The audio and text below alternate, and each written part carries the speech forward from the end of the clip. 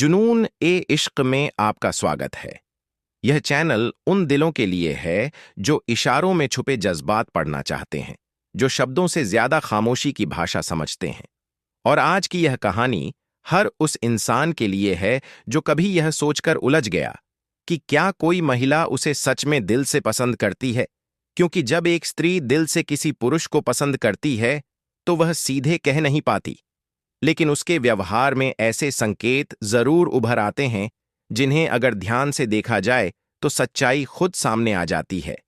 यह कहानी है आदित्य की, जो साधारण सा लड़का था ना, ज्यादा बोलने वाला ना, अपनी भावनाएं आसानी से जताने वाला। उसकी दुनिया अपने काम और जिम्मेदारियों तक सीमित थी। लेकिन उसकी जिंदगी में एक दिन अनाया आई। अनाया के आने से कोई तूफान नहीं आया, बल्कि एक अजीब सी शांति आई जिसे आदित्य समझ नहीं पा रहा था। अनाया उससे ज्यादा बात नहीं करती थी, लेकिन जब भी करती उसकी आंखों में एक अपनापन होता था। पहला संकेत यही था कि अनाया आदित्य की बातों को सिर्फ सुनती नहीं थी, बल्कि याद रखती थी।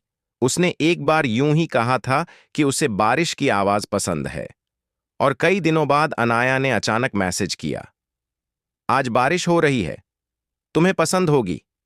यह छोटा सा वाक्य आदित्य के दिल में कहीं ठहर गया, क्योंकि जब कोई स्त्री दिल से पसंद करती है तो वह तुम्हारी छोटी छोटी बातों को भी अपने दिल में जगह देती है। दूसरा संकेत यह था कि अनाया आदित्य की उपस्थिति में सहज हो जाती थी। वह बिना दिखावे के हंसती थी, अपनी कमजोरियां भी साझा करती थी, क्योंकि स्त्री तभी अपना असली रूप दिखाती है जब उसे सामने वाला सुरक्षित लगता है। तीसरा संकेत यह था कि अनाया आदित्य की तरक्की और तकलीफ दोनों में बराबर शामिल रहती थी।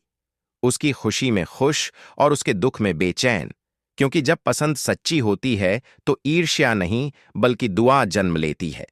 चौथा संकेत यह था कि अनाया आदित्य की सीमाओं का सम्मान करती थी।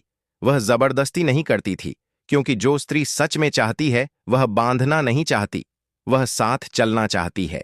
और पांचवां संकेत सबसे गहरा था। अनाया आदित्य को बदलना नहीं चाहती थी, बल्कि जैसा वह था वैसा ही स्वीकार करती थी, क्योंकि सच्चा प्रेम सुधार नहीं, स्वीकार से जन्म लेता है। समय के साथ आदित्य को समझ आया कि ये 5 संकेत किसी किताब में लिखे नियम नहीं, बल्कि दिल से निकली अनुभूतियां हैं, और हर स्त्री इन्हें अपने तरीके से जीती है। अगर आप भी किसी स्त्री के व्यवहार में ये संकेत देख रहे हैं तो समझ जाइए कि बात साधारण नहीं है, और कहानी का अंत यही नहीं बल्कि यहीं से शुरू होता है। क्योंकि जब इशारे समझ में आ जाए तो रिश्ते शब्दों के मोहताज नहीं रहते, और यही जुनून ए इश्क का मकसद है, आपको प्रेम के शोर में नहीं बल्कि उसकी खामोशी में ले जाना।